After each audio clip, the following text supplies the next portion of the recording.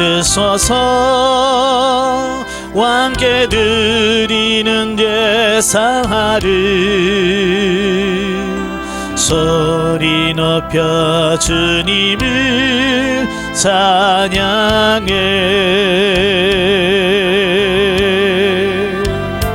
홀로 하나이신 하나님 자녀된 우리 경배하고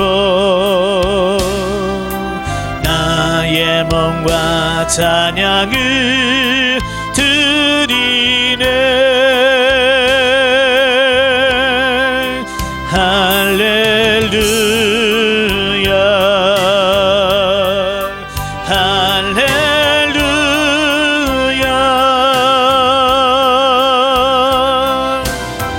술의 열매를 드리오니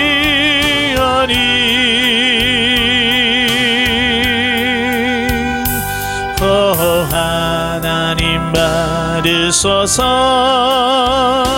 왕께 드리는 제사를 소리 높여 주님을 찬양해.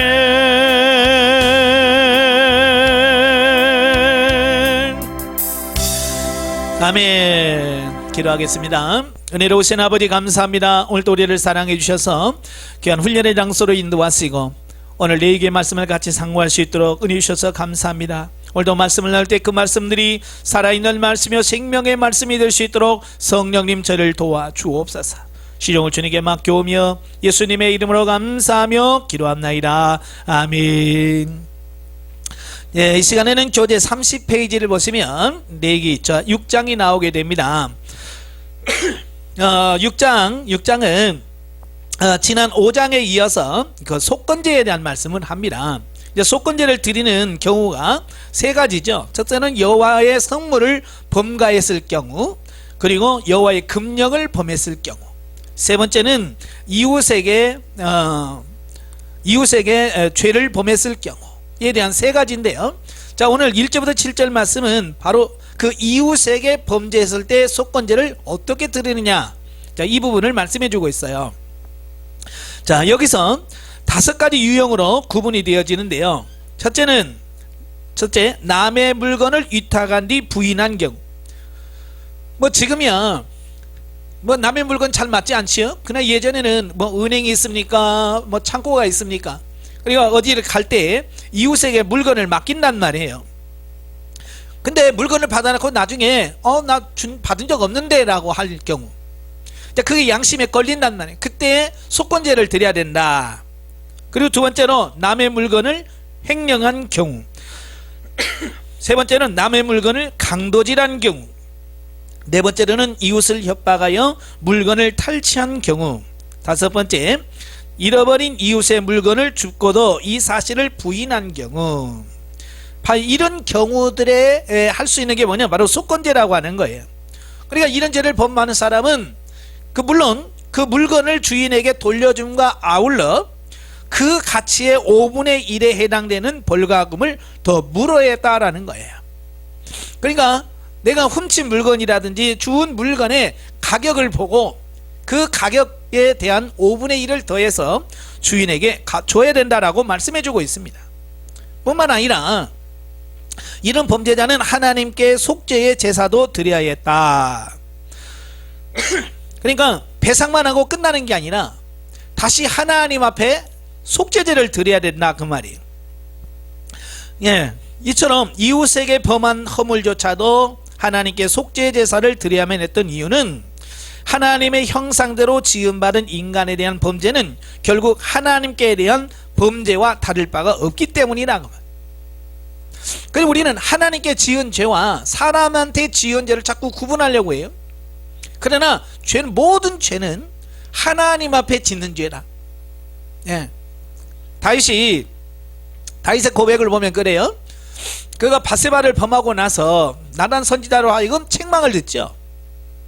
그 책망을 들은 그 다윗이 그가 나단에게 고백하면서 뭐라고, 내가 하나님께 특죄하였다.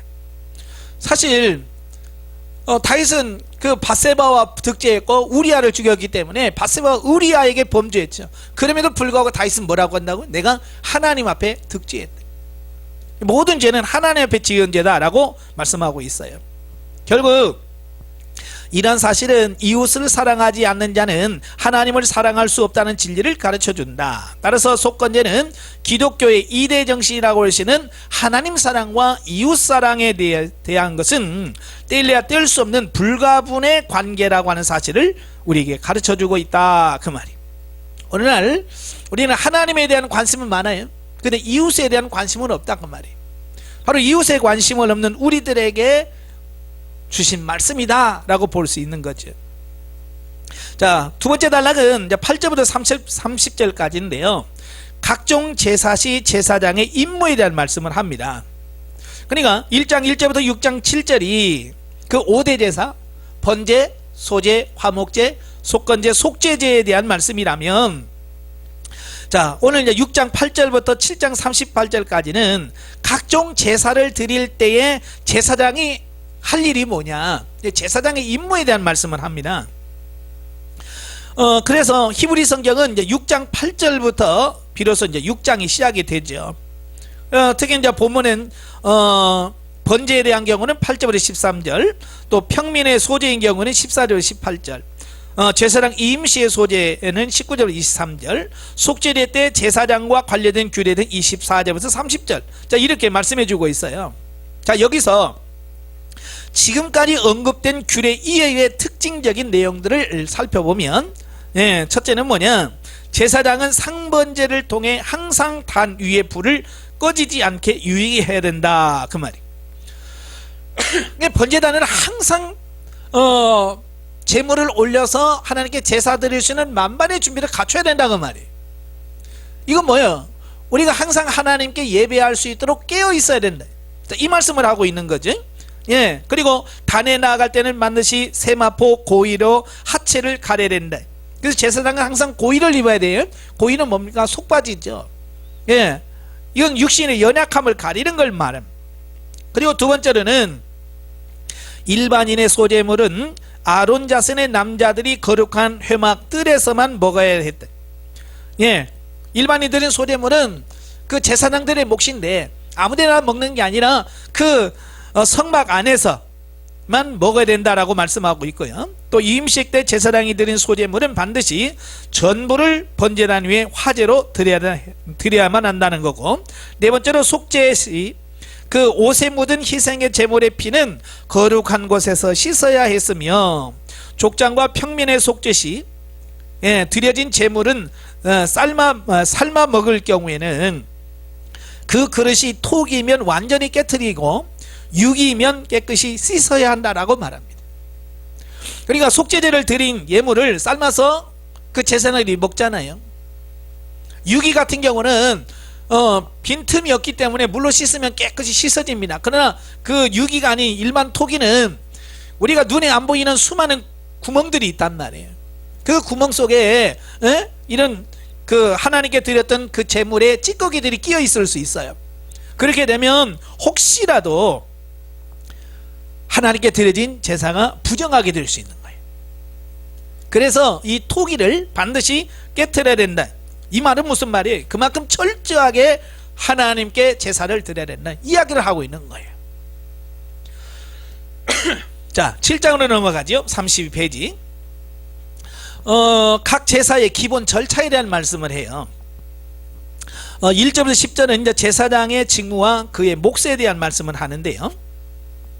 보면 이제 크게 둘로 나뉘어요. 첫째는 5장 14절부터 6장 7절에 나타난 바 속건제 규례에 대해 추가되는 부분으로서 속건제를 드릴 때 제사장의 직무와 그 몫에 대한 내용인데요. 즉 속건제를 드릴 때 제사장은 희생제물의 피를 단에 바르고 내장과 간과 콩팥의 기름은 화제로 하나님께 드리며 나머지 고기는 거룩한 곳에서 먹어야 했다라는 겁니다. 여기서 중요한 것은 제사장들이 음식을 먹는, 그러니까 제물을 먹는 그 자체도 뭐냐, 이것도 제사의 일부분이었다라고 하는 거예요. 그래서 이 제사장들이 음식을 먹을 때도 철저한 규례를 지켜서 말씀대로 그 제물을 먹어야 된다, 그 말씀을 합니다. 그리고 둘째는 번제 및 소제를 드릴 때의 제사장의 몫입니다. 즉 번제 시 제사장은 제물의 가죽만을 얻을 수 있었죠. 다 태우고 그 가죽만 그 제사를 집전한 제사장 몫으로 돌려집니다. 자, 소제물을 드릴 때는 화제로 드려진 한 움큼의 고운 가루를 제외한 화덕이나 소태, 번철의 구운 소제물을 차지할 수 있었지요. 자, 이처럼 각종 제사에서 제사장의 직무와 몫은 매우 까다롭고 다양했다, 그 말이에요. 하지만 이 모든 제사들이 하나님 앞에서 거룩했기 때문에 제사의 방식이나 제사장의 못 역시 하나님의 거룩함을 훼손하지 않도록 철저히 말씀의 규례를 쫓아 진행되거나 나누어졌다. 그렇기 때문에 제사장이 희생 제물의 나머지 부분을 처리하거나 나눠 먹는 것조차도 거룩한 제사 의식의 일부로 신중하게 진행되었다, 그 말입니다. 비록 이런 구약의 각종 제사 규례는 오늘날 존재하지 않지만 이런 제도의 근본 정신인 하나님 앞에서의 성결함과 거룩함은 오늘날 예배 정신 가운데서도 계속 유지되고 있음을 명시해야 됩니다. 그러니까 오늘은 구약과 같은 그런 제사는 드리지 않아요. 그러나 오늘날 하나님께 예배를 드릴 때에 이런 거룩함이라든지 경건함이라든지 하나님 앞에서 드려지는 어떤 이런 부분들이 많이 훼손된 경우가 많아요. 그리고 어쩔 때는 예배 시간인지 시장인지 분간이 안 갈 만큼 그런 시간도 있다, 그 말이에요. 제가 예배를 인도하면서 가장 힘든 예배가 언제냐면 바로 결혼식에서 결혼식 주례했을 때, 주로 말로는 예배죠. 하나님 앞에 결혼 예배인데 하객들이라든지 이런 분들이 막 시끄럽게 어쨌든 막 설교하는 말도 안 들릴 만큼 아주 산만할 때가 있어요. 그럴 때는 정말 내가 이 예배를 계속 해야 되나 말아야 되나 하는 생각도 들 때도 있거든요. 자, 우리가 예배를 드릴 때 우리가 드려진 예배는 대상이 누구냐? 하나님이에요. 사람이 아니죠. 그러니까 장례식을 예배드리든 결혼식을 하든 하나님 앞에 드려진 예배는 경건하고 거룩하고 온전하게 드려야 된다, 그 말이에요. 바로 그 예배 근본 정신은 지금 뭐 소를 잡아드리거나 염소를 잡아드리는 이런 부분이 없다 할지라도 하나님 앞에서 온전하게 드려야 되는 예배는 변함이 없다, 그 말입니다. 자, 두 번째 단락은 이제 11절부터 36절까지예요. 자, 이 말씀은 이제 화목제의 추가 규례죠. 이미 앞에서 3장에서 화목제를 말씀해 주셨고요. 거기는 이제 추가로 하는 말씀인데 크게 세 부분으로 나뉠 수 있어요. 첫째는 그 화목 제사 후 공동 식사에 관한 규정입니다. 그러니까 화목제는 그 제물을 하나님께 드리고 제사장의 몫을 드리고 난 이후에 헌제자, 그러니까 제사를 드리는 사람의 몫도 있단 말이에요. 그래서 그 제사자 드리는 사람들의 몫을 어떻게 할 거냐, 자, 그 부분을 말씀해 주고 있는 거죠. 자, 이 경우 부정한 자는 공동 식사 자리에 참여할 수 없었다. 의식적으로 또 종교적으로 부정한 사람은 이 예식에 참여할 수 없었다, 그 말이에요. 이 사실 화목제는 구약의 5대 제사, 번제, 소제, 화목제, 속건제, 속제제죠. 그 제사 중에서 유일하게 그 헌제자, 제사를 드리는 사람과 제사장이 함께 희생 제물을 나눠 먹는 유일한 제사였다. 어쩌면 이게 화목제의 특징이라고 할 수 있죠. 자, 그럼에도 불구하고 정결법상 부정하게 된 자는 화목제물을 먹을 수가 없었다. 그 이유는 뭐냐? 이는 하나님과의 화해와 친교를 위해서는 항상 거룩과 성결한 삶을 유지해야 한다는 사실을 보여준다. 그러니까 하나님이나 이웃과의 모든 관계 속에서 친교를 위해서는 항상 거룩과 성결이 유지되어야만 진정한 친교, 화해가 이루어진다. 이걸 말씀해 주려고 하는 거예요. 두 번째로 그 다른 거 다 먹는데 그 기름이라든지 피는 절대 먹어서는 안 된다. 금지 명령이에요. 자, 이처럼 생명을 상징하는 피, 예, 생명을 상징하는 피는 먹으면 안 됩니다. 자, 그리고 생명체를 살찌게 하는 기름의 사용을 금하신 것은 하나님만이 모든 생명의 근원이 되시며 또 생명체를 주관하시는 분이심을 가르치기 위함이다. 그러니까 하나님께서 이걸 먹지 마라, 먹으라 하신 이유는 분명한 이유가 있다고 말해요. 피는 왜 먹지 말라고요? 우리 생명을 상징하는 거예요. 기름은 뭘 상징합니까? 우리의 힘을 상징하는 거예요. 보통 보면 그렇잖아요. 기름이 많으면 힘을 쓸 수 있어요. 왜냐하면 기름 자체가 우리 힘을 낼 수 있는 에너지거든요. 그래서 뭐 큰 힘을 쓰는 사람들을 보면 어때요? 일부러 고기를 많이 먹고 기름을 좀 늘리잖아요. 그죠? 바로 그런 거예요. 그러니까 모든 그 원동력이 하나님께 있다, 그 말씀을 하려고 하는 거예요. 자, 셋째, 제사장의 몫에 관한 규정이에요. 자, 여기서 제사장의 몫은 요제로 드려진 제물의 가슴과 거제로 드려진 우편 제물의 뒷다리다 그랬어요. 제사장의 몫이 따로 정해져 있어요. 자, 여기서 이제 우리가 요제, 거제, 화제, 전제라는 제물을 드리는 방법에 대한 말씀을 합니다. 자, 요제라고 하는 말은 흔든다, 흔든다. 그래서 이 제물을 앞뒤로 흔드는 걸 요제라고 그래요. 그러니까 이 화목 제물을 가져오면 그 제사장이 그 화목 제물의 가슴은 앞뒤로 흔듭니다. 그 흔든 것은 제사장 몫이에요. 제사장들 몫이고, 그 제사를 집전한 제사장은 뭐냐? 바로 그 제물의 오른쪽 뒷다리. 오른쪽 뒷다리는 제사를 집전한 제사장의 몫이에요. 그리고 나머지 부분은 이제 헌제자, 제물을 드린 사람 몫으로 돌아오는 거죠.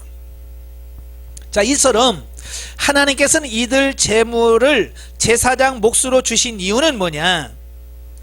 하나님의 일을 하는 제사장이 생계의 위협을 받지 않고 오직 맡겨진 거룩한 직무에만 충실하도록 하기 위함이었다, 그 말이에요. 그러니까 이 제사장의 몫으로 이렇게 충분히 챙겨주는 거예요. 사람이 가난하면 어떻게 돼? 물질이라는 어떤 욕심, 그런 게 생기겠죠. 그래서 하나님께서는 이 제사를 집전한 제사장의 몫을 충분히 주셔. 그래서 더 이상 탐심이라든지 물질 때문에 제사하는 어떤 이런 부분에 매이지 않도록 하려고 하는 거예요. 오늘날도 마찬가지예요. 하나님의 일하는 사람은 하나님께서 뭐예요? 챙겨주신다는 말이에요. 그러니까 하나님께 주신 부분으로 만족할 줄 알아야 되는데, 그 하나님의 것으로 만족할지 모르면 이제 그때부터 문제가 생겨지게 되는 어떤 이런 부분을 보게 돼요. 잠깐 제가 아까 요제 말씀드렸죠. 앞뒤로 흔드는 제사, 거제라고 하죠. 거제는 뭐냐? 들어 올려서 다시 내리는 제사. 그 다음에 이제 화제, 화제는 불에 태워서 드리는 제사. 그 다음에 전제라고 있어요. 전제는 이제 부어드리는 제사를 말합니다. 이게 제물 위에 포도주라든지 이런 독주를 부어드리는 제사할 때 부어드린다 해서 전제가 있어요. 그러니까 5대 제사와 그 5대 제사를 드리는 방법에서 4가지 방법, 자, 이런 부분들을 우리가 이해하면 좋을 것 같고요. 자, 여기서 우리는 인간의 영혼뿐만 아니라 육신에 관한 의식주 문제까지 일일이 해결해 주시는 하나님의 세심한 사랑의 배려와 자상하신 모습을 엿보게 된다. 그러니까 하나님께서는 그냥 막무가내로 야 일해라 라고 말씀하는 게 아니에요. 하나님은 일을 시키시면 반드시 그 일에 대한 대가, 그걸 지불해 주시는 하나님이라고 말해요. 오늘날도 마찬가지예요. 교회에서 너무 하나님의 일이라는 핑계로 이런 뭐랄까요, 순수한 봉사 외에 교회 일할 때에 어떤 대가를 지불하지 않은 어떤 이런 경우도 많아요. 그러면 안 돼요. 순수한 봉사 외에 교회에서 일하는 사람들의 품삯을 줘야 돼요. 왜냐하면 그 사람들 그것이 삶의 생계인데 그걸 주지 않으면 그런 사람 살 수가 없잖아요. 자, 영적에 보도록 하죠. 1장부터 7장까지 나타나 있는 제사조 제도의 영적 의미는 바로 예수님께서 이 땅에 오셔서 물과 피를 쏟으심으로 하나님께 정결한 제물을 드리게 될 것을 보여준다. 그러니까 뭐 제사방은 번제, 소제, 화제, 화목제, 속건제, 속진제 뭐 5가지 제사가 있지만 모두가 다 뭐예요? 예수 그리스도의 보혈로 예수 그리스도께서 십자가 이루실 그 제사를 예표하는 그런 제사다 그 말이에요. 예. 오직 예수 그리스도만이 우리의 죄를 사하시고 우리를 구원할 수 있다는 사실을 이미 구약에서 이런 5대 제사를 통해서 우리들에게 지금 가르쳐주고 있는 거예요. 그러니까 구약에서 레위기를 볼 때 누구를 봐야 돼요? 예수님을 봐야 돼요. 예수님. 예. 바로 하나님은 그 짐승을 잡아 피를 뿌리면서 바로 내가 내 사랑하는 독생자 외아들을 십자가에 못 박을 거야. 그 양의 피로 네가 죄사함을 받듯이 바로 어린 양 대신 예수 그리스도의 보혈로 너의 죄사함을 받을 거다라고 하는 사실을 이 5대 제사를 주실 때 이미 백성들에게 선포하고 있다 그 말이에요. 이 말씀은 이제 로마서 12장 1절과 2절에 말씀하시는 거룩한 산 제사를 드릴 것을 말씀한 부분과 일맥상통합니다. 여기서 이제 산 제사의 삶이란 뭐냐? 주와 복음을 위하여 육신의 정욕적이고 세상적인 소욕들을 그리스도께 복종시킴으로 성도의 온 마음과 몸을 드리는 삶이 산제사 드리는 삶이라 그 말이에요. 이걸 다른 말로 말하면 순교적 삶이라고 해요. 순교적 삶. 실제로 내가 목숨을 끊지는 않지만 내가 죽은 거나 마찬가지인 삶을 사는 거예요. 그리스도 앞에서. 다시 말하면 살아도 나를 위해서 산 것이 아니에요. 나로 인하여 산 게 아니에요. 갈라디아 22장 20절에 보면 내가 그리스도와 함께 십자가에 못 박혔나니 그런즉 이제는 내가 산 것이 아니요 오직 내 안에 그리스도께서 사신 것이다. 그러니까 나로 인하여 살지 않고 예수 그리스도로 인하여 사는 삶, 이 삶이 바로 산제사 드리는 삶이다. 하나님께서 오늘날 찾으시는 예배가 바로 그런 예배다. 산제사 드리는 그런 삶이다라고 하는 사실을 기억하시면 좋겠습니다. 자, 넘겨서 제 8장으로 가지요. 자, 8장은 그 7일간에 진행되는 제사장 위임 제사에 대한 말씀을 합니다. 그러니까 하나님께서는 아론과 그의 아들들을 구별하라고 말씀하지. 그리고 그들을 세워서 대제사장과 제사장으로 세워요. 바로 이제 그 세우는 그 위임식에 대한 말씀이죠. 자, 1절부터 4절까지 보면 이제 제사장 위임식을 준비하라고 말씀하셔요. 지금까지 이제 성막 건립과 성막에서 시행될 각종 제사법에 대한 규례를 지시한 하나님께서는 이 모든 것이 다 완료되자 이제 이 성막에서 제사를 담당할 제사장들을 성별케 하는 일과 곧 제사장 위임식을 준비하라고 지시하십니다. 왜냐하면 자, 이제 제사 방법도 다 알았죠? 이제 성막도 다 완성이 됐어요.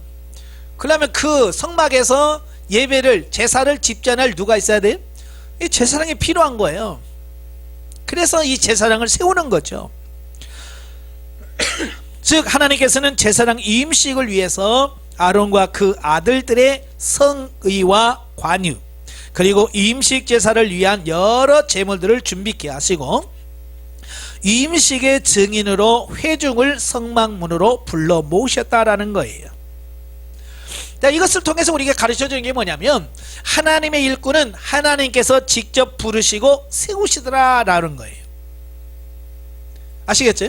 그래서 하나님께서 야 내가 너를 쓰겠다라고 하시면 어떻게 하셔야 돼요? 또 모세처럼 저는 아니되옵니다 저만 빼놓고요 라고 하면 안 된다 그 말이. 하나님께서 내가 너를 쓰고 싶다라고 말하면 어떻게 해야 돼? 마태복음 보면 그 마리아가 나오잖아요. 예수님을 낳은 마리아. 그는 처녀예요. 물론 정혼은 했지만 아직 결혼하지 않은 처녀예요. 근데 천사가 나타나서 뭐라고 그래? 하나님께서 너를 통해서 아들을 낳을 거다. 어찌 보면 처녀에게는 이거 정말 엄청난 일이잖아요. 네? 자, 그럴 때 마리아가 자신을 생각하지 않고 어때요? 하나님의 뜻이라면 이루어지길 원합니다라고 자기 자신을 내놓잖아요. 예. 잘못하면 죽을 수도 있는 어떤 그런 문제잖아요. 그죠? 그럼에도 불구하고 그게 하나님이 나를 쓰시겠다라고 하니까 순종하더래요. 근데 요즘에는요, 하나님이 쓰시겠다면 왜 이렇게 말이 많은지 몰라요? 예? 나는 이래서 안 되고요, 나는 저래서 안 되고요, 나는 저래서 안 되고요, 이것 때문에 안 되고요. 이 많은 핑계를 많이 대요. 핑계 대지 마십시오. 하나님이 나를 부르셨을 때는 필요해서 부르셨고 하나님께서 그 능력을 주셨기 때문에 우리를 부른 줄로 믿습니다. 또한 이 말씀은 또 하나님께서 세우신 지도자에 대하여 순복해야 된다, 이걸 말씀해 주고 있어요. 왜? 사람이 세운 게 아니고 하나님이 세우셨다면 바로 하나님이 세우신 지도자에게 우리가 순복하고 그 말씀을 듣는 것이 옳다, 그 말입니다. 이와 같이 하나님은 당신의 선민들이 지켜야 할 모든 규례와 제도를 순서에 따라 하나하나 차근차근하게 지시함으로써 이스라엘 백성들이 새로 제정되는 하나님의 법을 빈틈없이 준비하여 시행할 수 있도록 자상하게 배려하신 것이다. 그러니까 이걸 보면요, 하나님은요 막무가내로 야 이거 해 라고 말씀하지 않더라고 말이에요. 하나님은요 우리의 형편과 처지, 심지어는 우리의 모든 체질까지 아셔.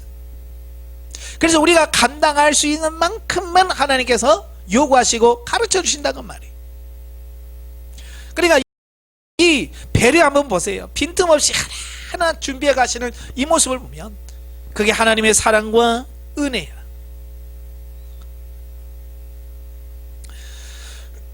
따라서 이스라엘 백성들은 비록 새롭게 제정되는 규례였지만 전혀 어려움을 느끼거나 당황하지 않고 이러한 지시들에 쉽게 순응할 수 있었던 것이다.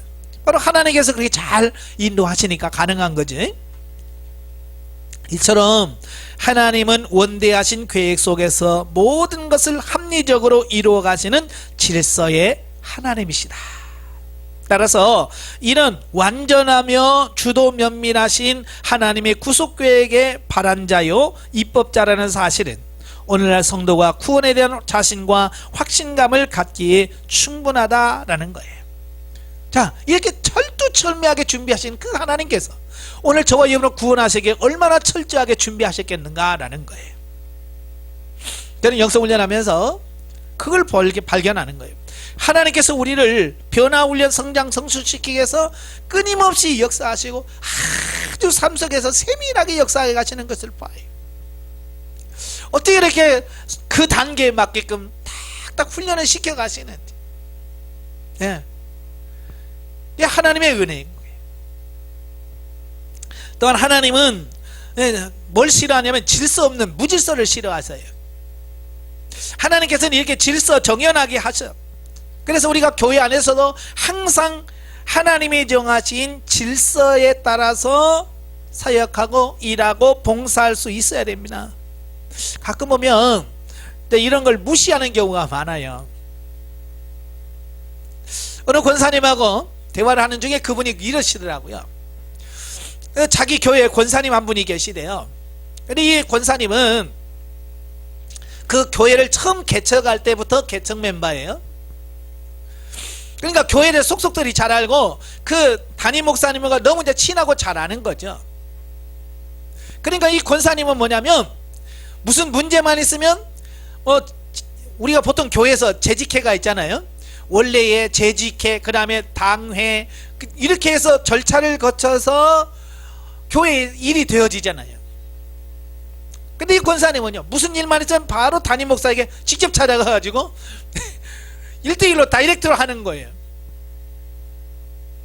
아니 재직해서 해야 될 일도 당에서 해야 될 일도 이 권사님이 직접 들어가서 목사님과 친하다고 막 하니까 이 성도들이 그걸 싫어한다는 거예요.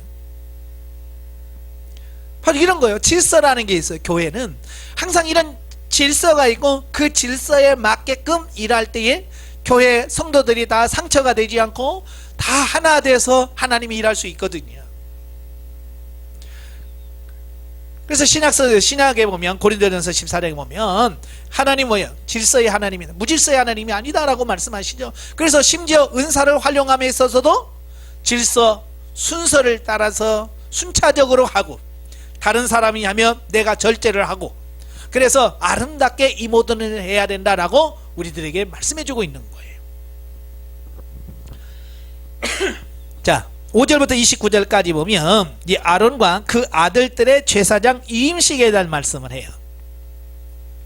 자, 보면은 제사장 이임식 준비를 마친 모세가 하나님의 명을 받들어 아론을 대제사장으로 그리고 그의 아들들을 제사장으로 임명하기 위한 의식을 거행합니다. 자, 이 위임식이라고 하는 것은 공식적으로 하나님과 사람들 앞에서 하나님의 일꾼으로 인준해주는 절차를 말합니다. 어찌 보면 이건 하나의 형식, 의식일 수 있지만 이건 굉장히 중요한 거예요. 예. 예를 들어서 이런 거죠. 요즘에 갈수록 이제 결혼식에 대한 생각이 많이 달라지죠. 예. 예전에는 결혼식 꼭 해야만 되는 줄로 생각했어요. 근데 요즘에는 뭐요? 아니 뭐 둘이 좋아하면 그냥 살면 되지. 뭐 굳이 그 결혼식을 해야 되느냐? 뭐 이렇게까지 결혼식 자체를 무시하는 어떤 이런 경향도 있다고 말이에요. 여러분 결혼식이 꼭 지금처럼 이렇게 성대하게 꼭 이렇게 해야 되는 건 아니에요. 저도 늘 결혼식에 갈 때마다 꼭 이렇게 해야 되나? 라는 생각을 하게 되죠. 그러나 결혼식이라고 하는 게 뭐예요? 하나님과 증인들 앞에서 이게 중요한 거예요. 하나님과 그 많은 증인들 앞에서 우리가 정식 부부가 되었습니다 라고 하는 것을 공식적으로 선포하고 인준을 받는 거예요. 이 절차가 중요한 거예요. 교회 안에서도 마찬가지예요. 하나님이 나를 부르셨다. 그러면 내가 오늘부터 내가 목사다. 왜? 하나님 나를 부르셨으니까. 아니란 말이에요. 그죠? 하나님이 나를 목회자로 부르셨으면 어떻게 해야 돼요? 정식적으로 신학을 하고 그 총회나 노예에서 정한 절차대로 시험을 통과하고 그래서 날짜를 정해서 하나님과 하객들이 모인 자리에서 공식적으로 안수식을 거쳐서 목사로 선포되어지. 이게 중요한 거예요. 근데 이 교계가 타락하다 보니까 이렇지 않는 경우도 많아요. 쉽게 말하면 이런 거예요. 교회에서 권사 세우고 장로 세울 때 적합한 절차를 따라서 하는 게 중요한 거죠. 그런데요, 제가 보면 그래요. 이제 교회에 얼마 나오지 않은 성도들 또 자기들끼리 뭐라고 한 줄 아세요? 집사라고 불러. 이제 오늘부터 집사라고 부르자. 아니 서리 집사라도 교회에서 정식으로 이 교회 서리 집사로 임명합니다. 그래야 집사지. 내가 교인이 한 3년 됐으니까 내 스스로 그냥 나 오늘부터 집사야? 아니에요. 권사도 마찬가지. 근데 가끔 보면요, 이 교회 저기 옮기다가 여기는 집사라고 했다가 옮겨가지고 뭐라고 그래? 내가 권사 받았어요. 증명할 길이 없는 거예요 사실은. 이런 가짜 권사들이 많고 가짜 장로들이 얼마나 많은지 몰라요. 이 가짜 되면 안 돼. 호칭 부르니까 좋긴 하겠지만 정말 중요한 게 뭐냐? 하나님 앞에서 정말 절차를 거쳐서 인준했느냐, 많은 사람들 앞에서 인정받는, 이게 중요한 거예요.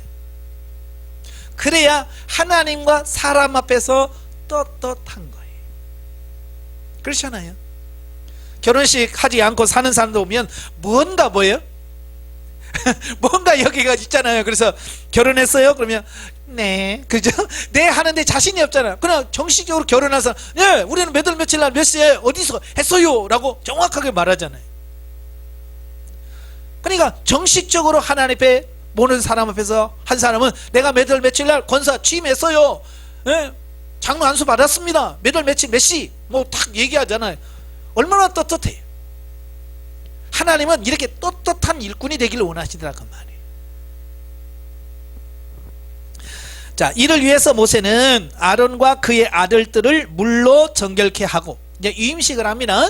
자, 유임식 할 때 제일 먼저 한 게 뭐냐? 물로 정결하게 깨끗이 씻게 한다고 말이에요.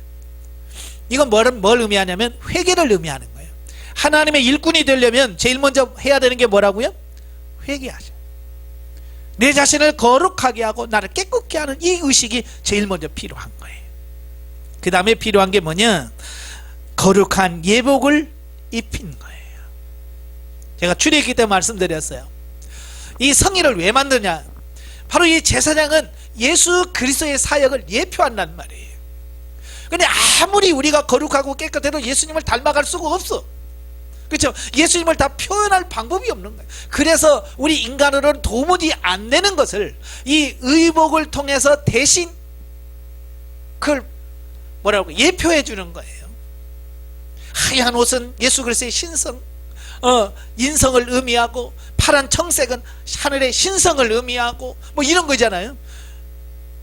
바로 그런 것을 통해서 예수 그리스도로 덧입는, 예수 그리스도의 옷을 덧입는 과정이 필요한 거예요. 그리고 세 번째로는 거룩한 기름을 부어, 이걸 관유라 그래요.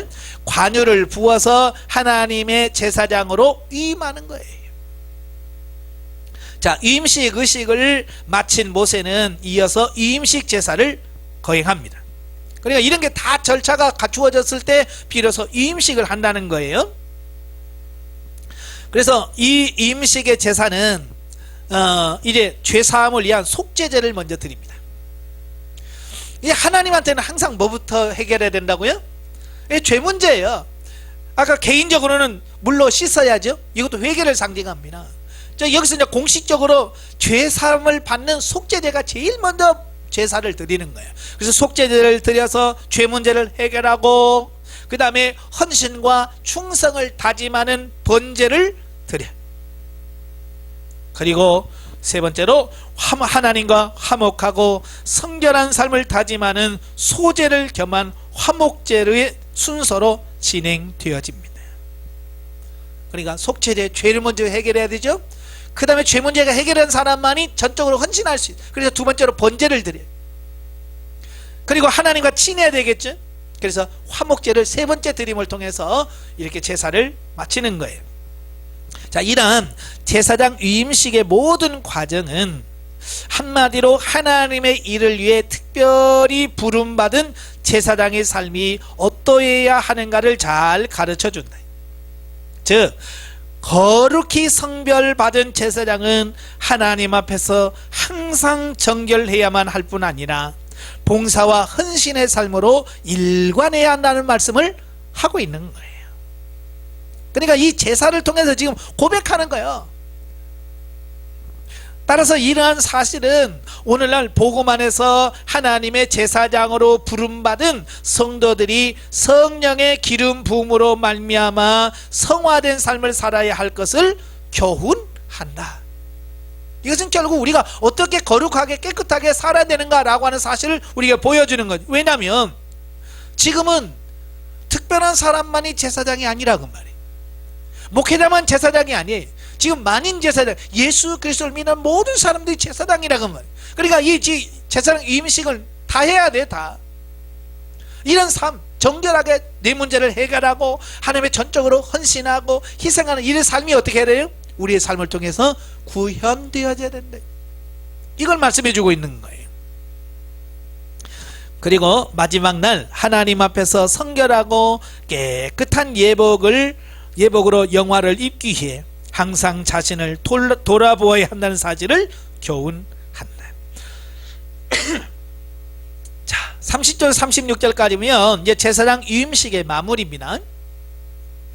자, 아론과 그의 아들들의 제사장 위임식은 자, 화목제를 마지막으로 일단 완료됩니다. 이들은 화목제의 희생 고기를 제사장의 신분으로서가 아닌 헌제자의 입장에서 먹어요. 예. 보통 이제 제사장은 화목제에 뭘 먹는다고 그랬어요? 예, 요제로 흔든 가슴과 그 거제로 드린 오른쪽 뒷다리를 먹어요. 자, 그런데 지금은 제사장 위임식이잖아요. 그렇기 때문에 제사를 드린 사람의 목, 그러니까 흔든 가슴과 오른쪽 뒷다리는 모세의 몫으로 돌아가고, 나머지 몫은 바로 제사를 드리는 그 위임식 받는 제사장의 몫으로 받는다 그 말이에요. 자, 당일에 먹지 못한 것은 완전히 불에 태워야 했다. 예, 그 재물이 크니까 그때 당시 뭐 제사장이라고 해봐야 아론하고 그의 네 아들 5명이 먹잖아요. 5명이 양 한 마리, 뭐 물론 이제 가슴하고 뒷다리는 뺐다 치더라도 이걸 그날 다 먹을 수 없잖아요. 그래서 혹시라도 남은 부분이 있다면 다 불로 태웠다라고 하는 거예요. 자, 그런데 이제 여기서 중요한 것은 이들은 하나님의 명을 기다리면서 일주일 동안 성막에서 이와 같은 이 음식을 매일같이 반복했다 그 말이에요. 자, 이게 중요한 거예요. 예, 제가 이제 출애굽기 25장부터 말하면서 그 성막 구조이라는 말씀을 했죠. 장이 100규빗, 광이 50규빗. 그러니까 이 길이가 그렇게, 넓이가 그렇게 넓지 않아요. 50규빗이라 해봐야 정확하게 46.5m, 20, 뭐 그냥 50m, 25m 되는 직사각형 아니에요. 이 안에서 나가면 안 돼. 그 작은 곳에서 일주일 동안 머물면서 매일같이 똑같은 제사를 반복하는 제사를 하는. 쉽지 않겠죠, 그죠? 예. 그럼에도 불구하고 그들은 그 성막 안에서 똑같은 제사를 반복해서 드렸다 그 말이에요. 그러면 왜 하나님께서 이 의식을 일주일 동안이나 반복해서 계속 할까? 예, 그 이유는 이들을 완전하고 철저하게 성별하기 위함이었다 그 말이에요. 참 요즘에 보면 목사 안수식도 그렇고요, 그 뭐 집사, 권사, 장로 안수식 보면 그냥 한두 시간 안에 다 끝나잖아요. 그것도 한 번에 딱 끝난단 말이에요. 그러니까 어찌 보면 좀 아쉬운 점이 많아요. 오늘 이 구약의 제사장처럼 일주일 동안 막 집중적으로 하면 매번 참석할 때마다 새롭고 그 장로 된다라고 하는 어떤 그런 거, 그죠? 하나님이 나를 진짜 권사로 세웠구나, 어떤 이런 게 확 새겨질 텐데, 예, 그죠? 그런 의식들이 희미하니까 지금은 장로가 장로 같질 않고 권사가 권사 같지는 않는. 하나님 그걸 아시는 거예요. 그래서 일주일 동안 성막도 떠나지 못하게 하고 그 안에서 모든 생활을 다 하게 하면서 매일같이 화목제 드리죠, 번제 드리죠, 그냥 화목제 드리죠. 그 고기 삶아서 먹으면서 그걸 철저하게 몸에 익히는 거예요. 이게 중요한 거예요. 마찬가지로 오늘날 복음 안에서 하나님의 제사장 된 우리 성도들 역시 이 땅에서 하나님의 부름받은 사역자로서의 사명을 온전히 감당하기 위해서는 자신을 하나님께 철저히 구별하여 드리는 거룩한 성별의 삶을 사는 자세가 요구된다 하겠다. 예? 자기를 철저하게 구분하고 분리해서 세상과 구별되어진 삶을 살아야 돼. 근데 오늘날 교회가 이런 구분이 없는 거예요. 구별이 없는 거죠. 이런 구별된 삶을 살기를 바랍니다. 예, 그 구별된 것을 가리켜서 우리가 거룩이다 그럽니다. 거룩. 영적에 보죠. 자, 본문에서 제사장 위임 절차가 나오는데 이는 하나님의 백성들이 신령한 은혜 안에서 생명의 구원을 받도록 하기 위해서 예수님의 살과 피를 우리에게 주시려고 계속적으로 구원의 언약을 주시고자 하시는 하나님의 의도가 담겨져 있다. 우리들은 거룩하게 하시겠다는 그 하나님의 언약을 이런 제사제도와 방법을 통해서 보여주시는 것이며, 이는 모형이지만 장차 완전한 제사를 통하여 거룩하게 만들어 주실 것을 예표 말씀하고 있다 그 말이에요.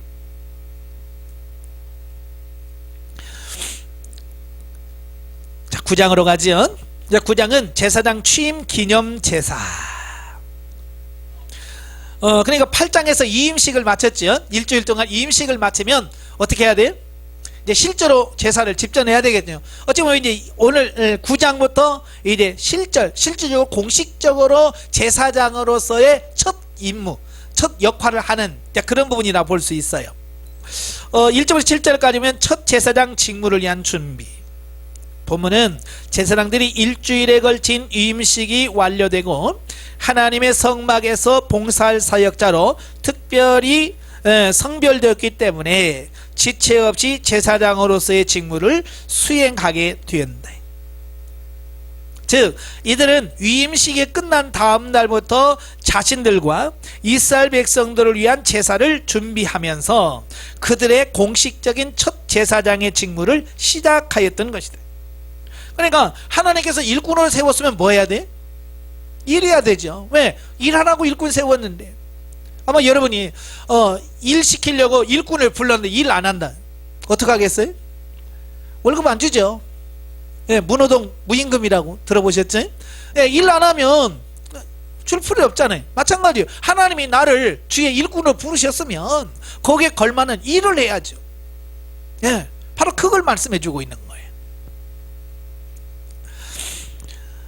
이로써 제사장들은 명실상부한 하나님의 사역자로서 하나님의 영광을 크게 드러낼 수 있게 되었다. 오늘날 우리 성도 역시 교회 사역자로 부름받은 것은 단순히 하나님의 백성이 누리는 선민의 특권만을 영위하기 위함이 아니라 하나님의 사역을 온전히 감당하기 위함이다. 그러므로 우리 성도들은 오늘날 영적 제사장 된 자로서 맡겨진 사명을 감당함에 있어 결코 지체하지 말아야 할 것이다. 예, 중요한 거예요. 그런데 중요한 것은 오늘날 많은 사람들이 하나님이 일하라고 부르셨을까? 관계하기 위해서 부르셨을까? 예, 관계를 통한 일을 원하시는 거예요. 근데 사람들은 하나님과 관계를 맺기 전에 뭐만 하냐? 일만 하는 거예요. 일만. 관계 없이. 그러니까 영적으로 성장하지 않고 그 하나님의 일하면서 힘들어하고 싸우게 되어진 이유가 뭐냐? 바로 이런 거예요. 영적으로 성장한 사람이 일을 하면 쉬워요. 그런데 성장하지 않은 사람이 일을 하다 보면 힘들게 되는 거예요. 사람들도 그러죠. 살림을 할 때 어른이 돼서 결혼해서 살림을 하는 것과 이제 초등학생인데 예를 들어서 어머니가 병으로 일찍 잃었다든지 어떻게 해서 집에 엄마가 없어요? 엄마가 없는데 딸이라고 초등학교 2, 3학년인데 우리 집에 여자가 너밖에 없다, 네가 살림해라. 얼마나 힘들겠어요. 성장하지 않은 상태에서 그 일을 하면 얼마나 힘들겠어요. 그지? 마찬가지 오늘날 우리가 하나님 일할 때 내가 영적으로 성장해서 하나님의 일하면 쉬워. 근데 내가 성장하지 않은 상태에서 하나님의 일을 하게 되면 얼마나 힘든지 몰라요. 그래서 영성훈련이란 뭐냐? 우리 영으로 성장시키는 거예요. 아시겠죠? 그래서 여러분 자신이 영적으로 성장해서 여러분의 교회에서 맡기는 사명을 잘 감당할 수 있는 그런 삶이 되어야 된다, 그 말이에요. 자, 두 번째 단락은 이제 8절부터 21절까지인데요. 아론과 그 아들들의 첫 직무. 본문은 하나님의 거룩한 제사장으로 위임받은 아론과 그의 아들들이 제사장으로서 첫 제사 직무를 수행하는 과정으로 내용상 두 부로 나뉘어졌어요. 첫째는 아론과 그 아들들을 위한 제사를 드립니다. 이 경우 속죄제와 번제가 드려졌다. 그러니까 이 제사장들은요, 다른 제사를 드리기 전에 제일 먼저 뭐 하느냐? 자기 자신을 위해서 먼저 드려요. 이게 항상 중요한 거예요. 그러니까 남을 위해서 제사 드리기 전에 자신들을 위해서 먼저 제사를 드린다는 거예요. 이건 뭘 의미합니까? 제사장이라고 해도 여전히 인간이기 때문에 실수할 수 있고 허물이 있다, 죄가 있다, 그 말이에요. 그래서 자기 자신의 죄 문제를 해결하지 않으면 남의 죄를 할 수가 없어요. 그래서 제사장은 항상 제사를 드리기 전에, 그 일하기 전에 먼저 자기 자신의 죄를 속함받는 그 속죄제와 번제를 드려야 된다. 이걸 말씀해 주고 있어요. 예. 이 말은 오늘날 영성훈련으로 말하면 이런 거예요. 내가 먼저 세워져야 남도 세울 수 있는 거예요. 나도 못하는 주제에 누구를 가르치겠어요? 그지? 나도 살지 못하면서 누구에게 살라고 하겠어요? 안 돼요. 그냥 먼저 내 자신. 그래서 제가 영성훈련하면서 다른 사람에게 신경 쓰지 마라. 내가 먼저 세워지고 내가 먼저 영적으로 자랄 수 있도록 나 자신을 위해서 먼저 모든 것을 집중하라고 말씀하는 이유가 거기 있어요. 내가 먼저 세워져야 돼. 둘째는 이스라엘 온 회중을 위한 제사로 제사장의 경우와 같이 속죄제와 번제가 드려졌으며 소제와 화목제가 더 추가되었다라는 겁니다. 이 두 제사는 다음과 같은 영적 의미를 가지고 있어요. 첫째는 뭐냐? 속죄제가 의미하는 바 쥐히 고하를 막론하고 하나님 앞에 나아가려는 자는 제일 먼저 하나님과의 교제를 방해하는 죄 문제를 해결해야 된다라는 사실이에요. 그죠? 제사장이나 백성들이나 하나님 앞에 나가서 하나님과 교제하려고 하면 걸림돌이 있다는 거예요. 가로막는 그게 있다는 거예요. 그게 뭐냐? 죄. 그래서 제일 먼저 속죄제를 드려서 그 죄 문제를 해결해야만, 죄 문제를 해결해야만 그 다음 것이 될 수 있다는 거예요. 그래서 철저하게 회개를 먼저 해야 되는. 오늘 우리도 마찬가지죠. 우리가 기도하기 전에 뭐부터 해야 돼요? 회개 기도 먼저 해야죠. 내 죄를 회개하고 나를 깨끗하게 한 다음에 하나님과 교제해야 하나님과 교제가 되지. 죄를 가지고 주님 앞에 오면 그 죄가 하나님과 나 사이에 담이 돼. 그래서 하나님과 교제가 되지 않는. 두 번째로 죄사함의 은총을 입은 자는 번제가 의미하는 바 하나님을 향한 헌신의 삶을 살아야 한다는 거예요. 그러니까 내 죄사함을 받았어. 나는 행복해요. 그러니까 행복하다라고만 말하는 게 아니라 이래 하나님을 위하여 헌신하고 희생하는 단계로 넘어가야 돼요. 항상 우리는 어디 단계에 멈추냐면 나는 죄사함을 받았어요. 나는 구원 받았어요. 그 단계에서만 계속 머물러 있다 그 말이에요. 언제까지 그 어린아이 상태로 계속 머물 거예요. 이래 당당하게 성장을 해서 하나님이 일하는 일꾼으로 자라가셔야죠.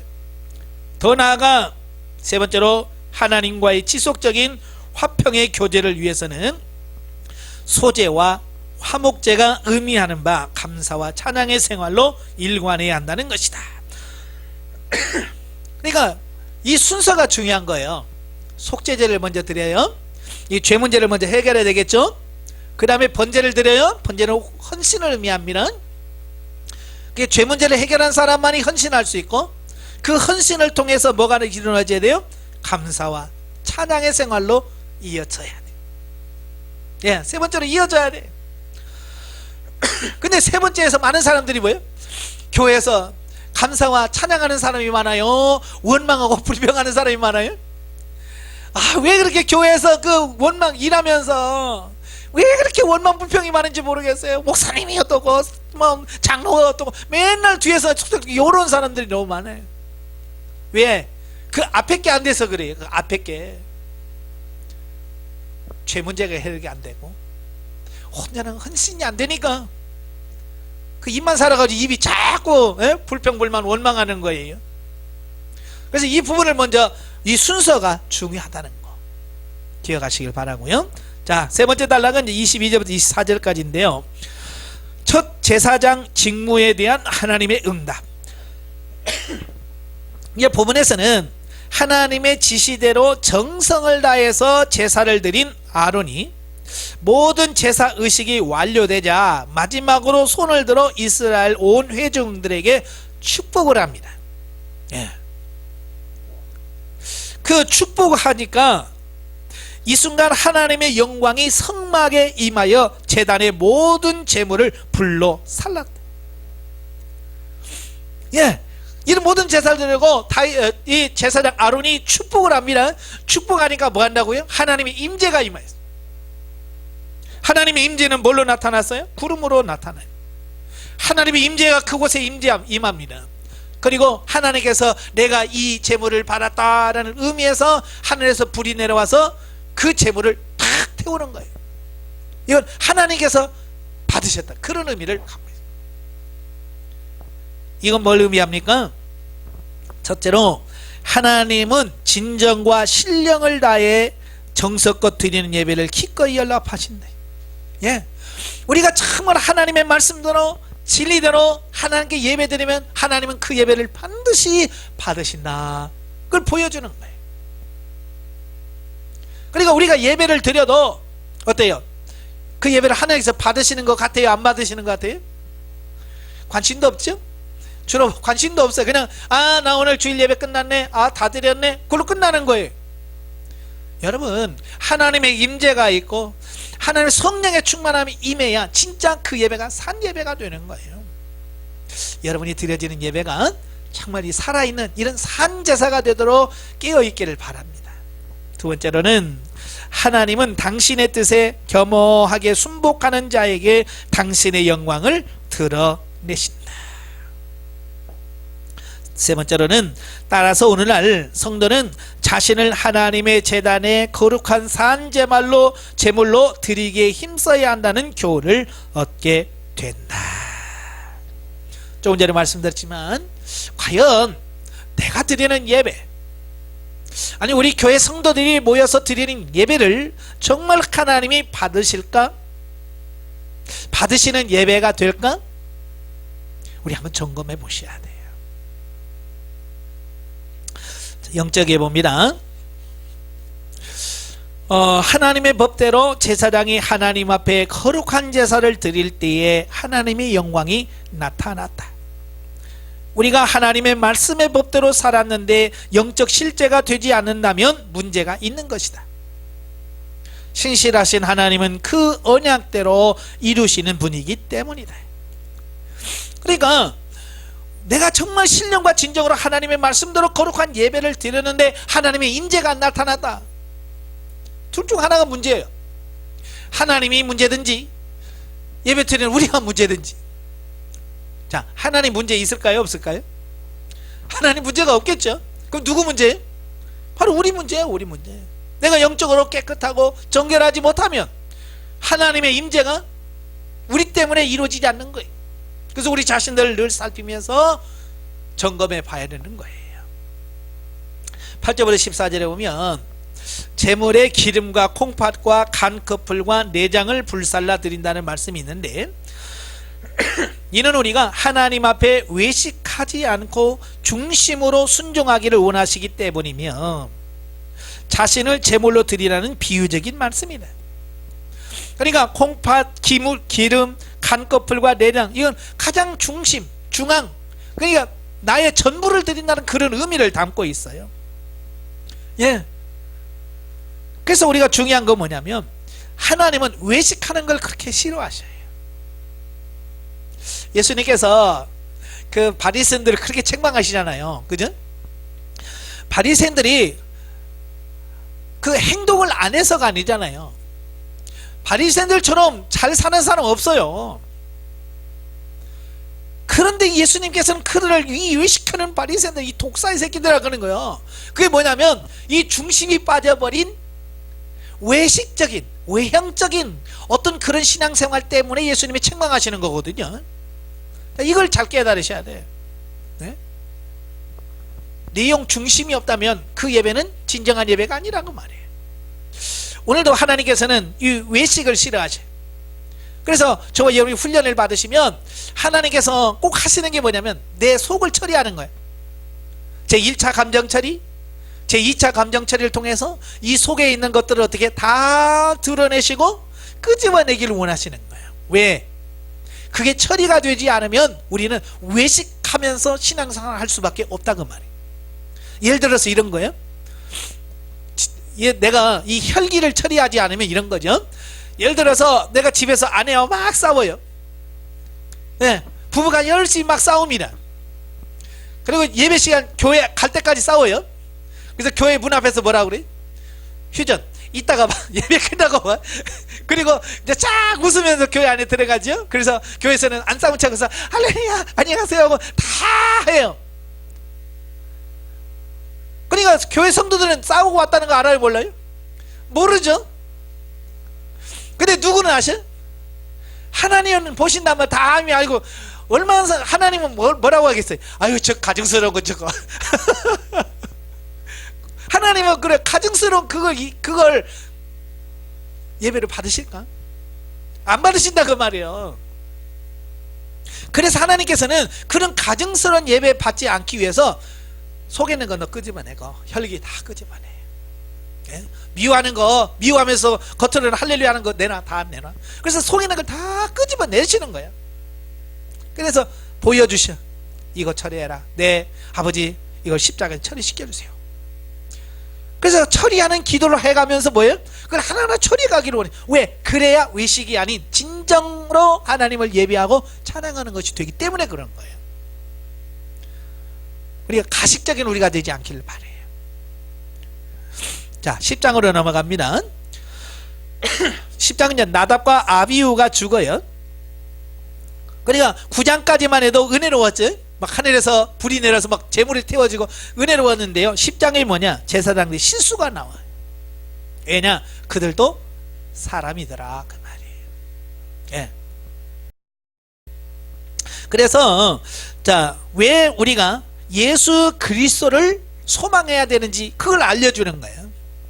이 제사장들이 정말 완벽했다면 예수님 필요 없죠. 그죠? 예, 예수님 필요 없어요. 이들이 완벽하게 다 했다면. 근데 이들도 연약해. 부족해.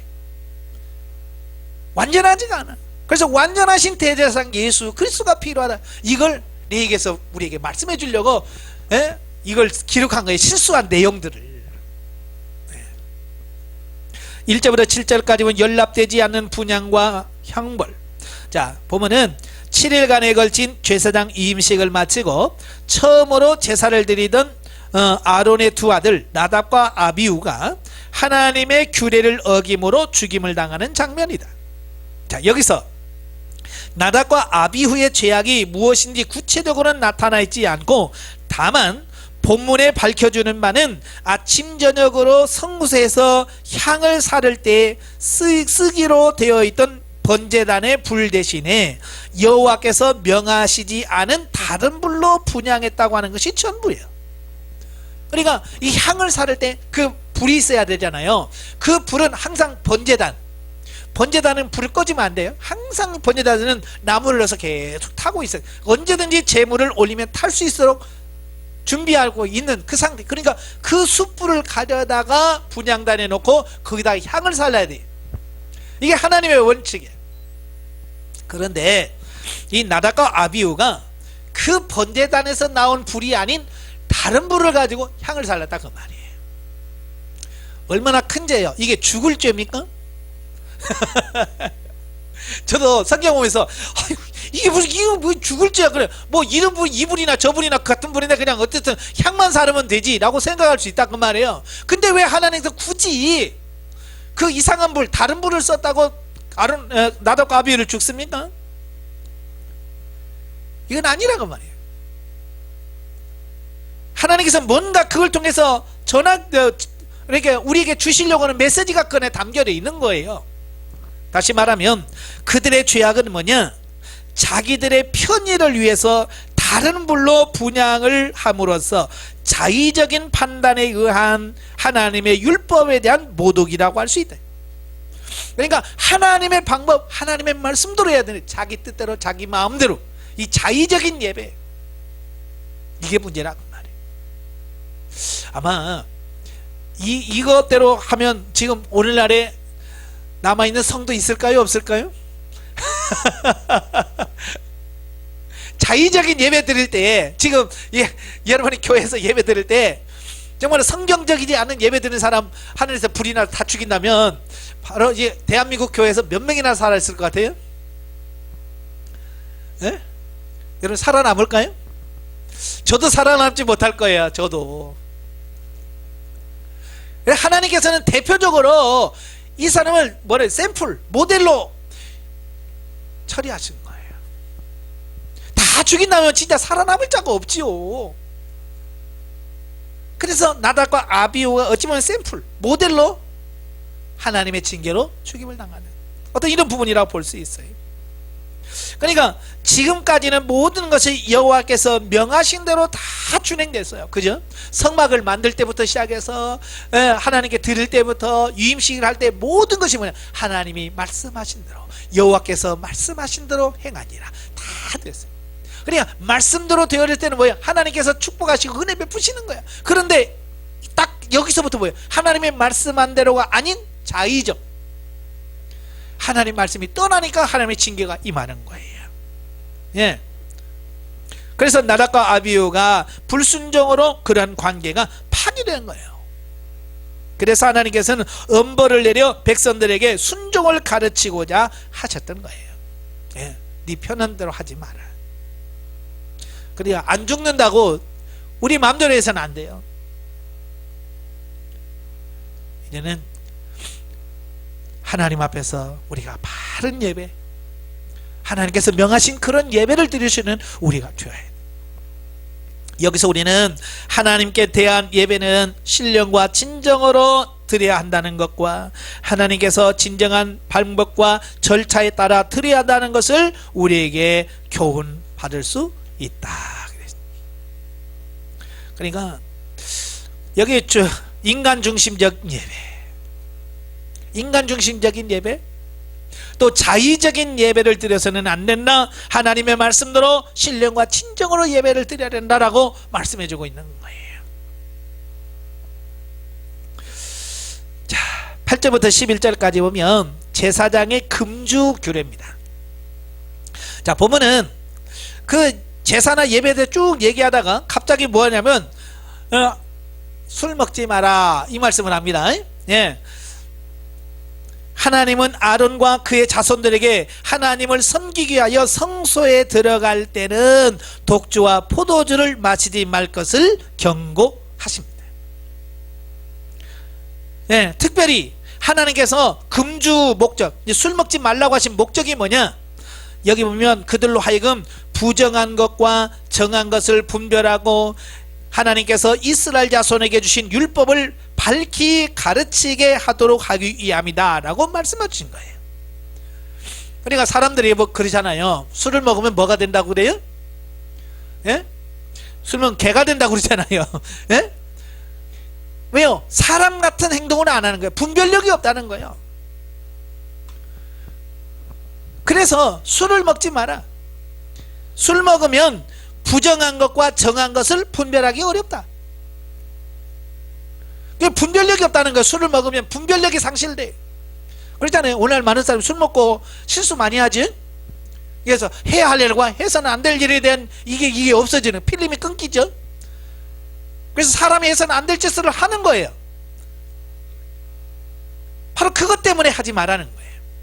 그 다음에 이 제사장들은 하나님의 말씀을 백성들에게 잘 가르쳐야 돼. 가르쳐야 되는데 술 취해가지고 어떻게 그들에게 제대로 가르칠 수 있겠어요? 아마 여러분 술 드신 분들하고 해보신 분 알 거예요. 한 소리 또 하고 한 소리 또 하고 실컷 네 해놓고 또 묻고 이러잖아요. 정말 답답한 분들이 정신 말짱 차려도 하나님 말씀 가르치기 어려워요. 근데 술 취해가지고 어떻게 가르치겠어요? 그래서 하나님께서는 술 먹지 마라 라고 말씀하시는 거예요. 그런데 여기서 갑자기 하나님께서 이 금주 명령을 내리신 이유가 뭘까? 네? 바로 그 이유는 뭐냐? 압달락, 그러니까 나답과 아비후가 죽은 이유와 관계가 있다는 거예요. 그러니까 나답과 아비후가 왜 이상한 불, 다른 불을 가지고 드렸을까? 조금 전에 술 마시면 뭐가 안 된다고 그랬어요? 정한 것과 부정한 것에 대한 분별력이 없어진다고 그랬죠. 예, 그러니까 술을 취했던 것 같아요. 포도주를 너무 많이 마셨든지 하나님께서 번제단에서 나온 불을 가지고 향을 살라라 그랬는데 이게 필름이 끊겼는지 이게 분별력이 없어지는 거예요. 그러니까 그냥 뭐 아무거나 하면 되지 뭐 하고 다른 불을 갖다가 살았다 그 말이에요. 그래서 하나님께서 명하지 않은 다른 불로 분향함으로써 하나님의 거룩함을 훼손하고 이스라엘 백성들에게는 덕이 되지 못했음을 여기서 들 수 있다 그 말이에요. 한편 당시 제사장들은 백성들을 위해 하나님께 제사하는 임무와 더불어 그의 규례를 백성들에게 가르쳐야 하는 중요한 임무를 가지고 있었다. 그런데 만약 그들이 직무 중에 술에 취해 그들의 지위와 임무에 충실하지 못한다면 그것은 하나님의 율법을 모욕하고 왜곡되게 하는 큰 죄악이 아닐 수 없다. 예. 그래서 하나님께서는 제사 드리는 그 사람들에게는 뭐예요? 술을 먹지 마라. 그러니까 아예 먹지 마라는 말은 아니었어요. 예? 그러니까 자기가 순서가 돼서, 그래 제사장도 자기 순차 그 반차에 따라서 가서 섬기잖아요. 그러니까 그 제사 드리는 데 있어서 방해되지 않은 나는 마실 수 있겠죠. 그러나 그날만큼 안 된다. 그렇게 말씀하시는 거예요. 한편 바울 역시 복음의 사역자들에게 술을 즐기지 말도록 당부하고 있어요. 특별히 장로들, 교회 집사들 세울 때 술에 임박히지 않는 자로 세워라. 그러죠? 술 좋아하는 사람 시키지 마라. 네, 이는 술 취하는 것이 다른 사람에게 덕이 되지 못할 뿐만 아니라 머리와 마음을 어둡게 하여 그 직무에 불성실하게 만들기 때문이다 그 말이에요. 그러니까 술 취해서 잘 된다면 괜찮겠죠. 뭐 마실 수 있죠. 그러나 술 먹고 잘 되는 거 있어요 없어요? 없어요. 네. 제정신으로 해도 지금 될까 말까 하는 판인데 술 먹고 해롱해롱하고 뭐가 되겠습니까? 그래서 안 된다는 거예요. 하지 마라 라고 말씀하고 있는 거예요. 특별히 오늘날의 성도는 모두가 하나님께 예배하는 영적 제사장이요 복음의 사역자들이다. 그러므로 우리는 정신을 차리고 근신하며 술 취하지 말고 오히려 성령에 취해야 합니다. 네. 오늘날도 많은 분들이 그래요. 목사님 성경에 술 취하지 말란 말이 있지 먹지 말란 말은 없잖아요. 자, 그러면서 자꾸 마시겠다고 하신 분들이 계세요. 예? 예, 하나님의 영광 가리지 않고 정말 실수하지 않을 자신이 있다면 마셔도 괜찮아요. 그러나 행여라도 100번 1000번 중에 한 번이라도 내가 술 취하는 그것 때문에 하나님의 영광이 가려진다면 그건 아니에요. 그래서 아예 죄는 모양이라도 버리라고 했어요. 그죠? 죄는 모양이라도 버리라고 그랬어요. 근데 굳이 그걸 하겠다고 하는 그 자체가 왜 그런지 모르겠어요. 그게 죄성이죠. 예, 죄성을 가진 인간들이라서 그럴 수 있겠죠. 성령에 취하시길 바랍니다. 자, 12절부터 20절까지 보면 엘르아살과 이다말의 실수. 예, 그러니까 나답과 아비후만 실수한 것이 아니라 남아있는 제사장도 역시 또 실수하더라 그 말이에요. 보면은 아론의 두 남은 아들 엘르아살과 이다말이 그들의 분기신 제육을 먹지 않고 불사른 사실을 모세가 책망한 장면이 나옵니다. 원래 제물을 드리잖아요. 그 제물을 드릴 때 이 피가 성소 안에 들어가는 제물이 있고 성소 밖에 번제단에 뿌려지는 제물이 있어요. 그래서 이 피가 이 성소 안에, 그리고 분향단까지 피가 들어가면 그 고기는 먹으면 안 됩니다. 그 성소 안에 들어간 고기는 못 먹어요. 제사장도 못 먹어요. 그러나 이 번제단에 뿌려진 제물은 다 먹을 수가 있는 거예요. 이게 하나님께서 이미 다 그걸 정해 놓으셨어요. 자, 그런데 본문에서의 경우와 같이 성막들에서 제단의 제물의 피가 처분된 경우에는 그 제물의 제육은 제사장의 분깃이 되어서 그걸 먹어야만 됐어요. 예, 먹어야만 됐는데 이들이 혼란이 되면서 그런지 어쩐지 모르지만 그냥 다 불태워버린 거예요. 먹어야 될 제물까지 다 불태워버린 거예요. 자, 물론 이 경우 고기를 먹는 행위는 생계 유지 때문만은 아니었다. 즉 속죄 제물의 고기를 제사장이 먹는 것은 제사장이 온 백성들의 죄를 대신 지고 하나님 앞에 속죄한다는 종교적 의식이 있다. 그러니까 제사장이 그 드려진 제물을 반드시 먹어야 돼요. 이건 내가 배 부르고 안 부르고가 의미가 아니에요. 그 예식의 그 제물을 먹어야 그 드려지는 제물이 하나님께 완전한 제사로 바쳐지는 게 되는 거예요. 예. 그러니까 제사장이 음식을 먹는 것은 뭐 살기 위해서 먹는 게 아니라 그 제사가 정말 하나님이 기뻐하시는 제사가 되도록 하기 위한 제사 의식 중에 하나라고 말해요. 그러니까 중요한 거죠. 예. 바로 이는 대속의 의미에서 장차 있을 그리스도의 구속사역을 예표하는 행위였던 것이다. 다시 말하면 제사장이 제물을 먹는 것은 예수님이 십자가를 못 박혀 죽으시면서 우리의 죄를 다 짊어진 것 같은 의미를 담고 있어요. 제물이 이 안에 들어가면 어떻게 돼요? 여러분 음식을 먹으면 다 누구 거가 돼요? 내 것이 되잖아요. 그죠? 바로 이런 거예요. 하나 된다. 연합. 이걸 의미하는 거예요. 그래서 제물을 먹어야 그게 진짜 내 것이 되는 거예요. 따라서 자기의 임무를 다하지 못한 엘르아살과 이다말이 모세의 책망을 듣는 것은 당연했다. 왜? 하나님 말씀대로 하지 않았으니까. 그럼에도 불구하고 모세는 아론의 변명을 듣고 그들의 잘못을 용서한 것으로 보이는데, 이러한 사실에서 구약 제사장의 불안정성과 인간의 연약함을 아신 하나님께서 자비를 베풀어 관대하게 용서하고 계신다는 사실을 알 수 있다. 아까도 말씀드렸죠? 왜 예수님이 필요한가? 제사장으로 세웠는데 완벽하지 않더라고 말이에요. 인간 제사장으로는 할 수가 없어. 그래서 완벽한 제사장이 필요한 거예요. 그래서 완벽한 제사장으로 오신 분이 누구요? 바로 예수 그리스도다. 이걸 말씀해 주고 있는 거예요. 영적에 봅니다. 1절부터 7절에 아론의 두 아들이 제사를 잘못 드렸다가 하나님으로부터 죽임당한 사건을 말씀한다. 이는 하나님의 말씀대로 행하지 않고 자기가 주체가 되어 사는 모든 것은 하나님이 받지 않으신다는 뜻이다. 그러니까 예배 주체는 내가 아니에요. 하나님이에요. 하나님이 받으시도록 예배를 드려야지. 내가 그냥 오늘 기분 나쁘니까 이렇게 드리고 오늘은 드리기 싫으니까 안 드리고, 이게 아니라고 말이에요. 내가 주체가 아니라고 말이에요. 하나님이 주체예요. 그로 인해 징계를 받게 된다는 의미다. 하나님은 그의 백성들을 진리로 인도하여 바르게 세우시기 위하여 잘못된 행위들을 징계하신다. 예? 바로 세우시려고 징계하신다고 말이에요. 오늘 저와 여러분들이 하나님 말씀을 잘 듣고 읽고 이 말씀을 잘 공부하는 이유는 뭐예요? 그 말씀대로 살기 위해서예요.